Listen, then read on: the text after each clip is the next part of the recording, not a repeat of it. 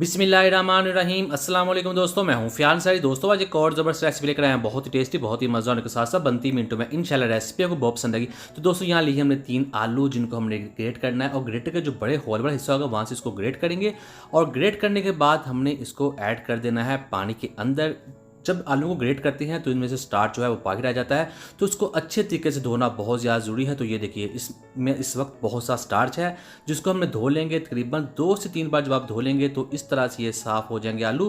और इसको कर देते हैं साइड पर। बिस्मिल्लाहिर्रहमानिर्रहीम। तो यहाँ हमारे पास पैन है, तो इसमें जाएगा 4 टेबल स्पून कुकिंग ऑयल।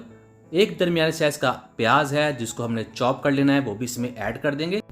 और इस प्याज को पकाएंगे इस ऑयल के अंदर मीडियम फ्लेम पर। और जब तक ये पक रहा है तो तब तक हमने क्या करना है, हमारे पास जो आलू थे जिनको हमने ग्रेट करके भिगोया हुआ था उनको हमने निकाल लेना है एक बॉल के अंदर। और जब इसको निकालेंगे तो अच्छे तरीके से आपने दबाना है, पानी इसके अंदर ज़रा भी नहीं रहना चाहिए।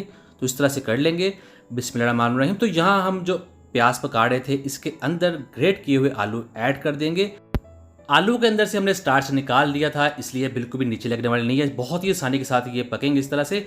और अब हम इसमें ऐड करेंगे पाउडर मसाले। 1 टीस्पून जाएगा इसमें कुटी हुई लाल मिर्च, 1 टीस्पून जाएगा नमक, हाफ टी स्पून जाएगा इसमें ज़ीरा पाउडर, 1/4 टीस्पून जाएगी इसमें काली मिर्च का पाउडर, हाफ टी स्पून जाएगा इसमें हल्दी पाउडर और 1 टीस्पून जाएगा इसमें खुश्क धनिया पाउडर।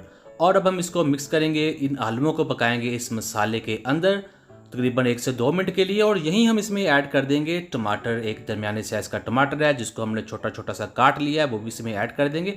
और टमाटरों के अंदर काफ़ी पानी होता है, इसी पानी के अंदर हम इन आलूओं को पकाएंगे। अगर आलू आपको लगेंगे कच्चे हैं, थोड़े से नहीं पके, तो आप इसमें पानी ऐड कर सकते हैं 2 से 3 टेबल स्पून। और जब इसको हम पकाएंगे तो ये बहुत ही आसानी के साथ ये गल जाएंगे, ये पक जाएंगे। और तकरीबन 2 मिनट के बाद यहाँ आलू जो हैं वो भी बहुत अच्छी तरीके से नरम हो चुके हैं। अब बारी है इसमें अंडे ऐड करने की। 3 उबले हुए अंडे लेंगे, वो इसमें हम ग्रेट करके ऐड करेंगे इस तरह से। और यहाँ अब हम इसको मिक्स करेंगे। आलू जो हैं वो भी पक चुके हैं और जो अंडे ऐड किए हैं वो भी पके हुए हैं, तो यहाँ इसको ज़्यादा पकाने की ज़रूरत है। यहाँ इसकी मिक्सिंग करेंगे तकरीबन 1-1.5 मिनट के लिए।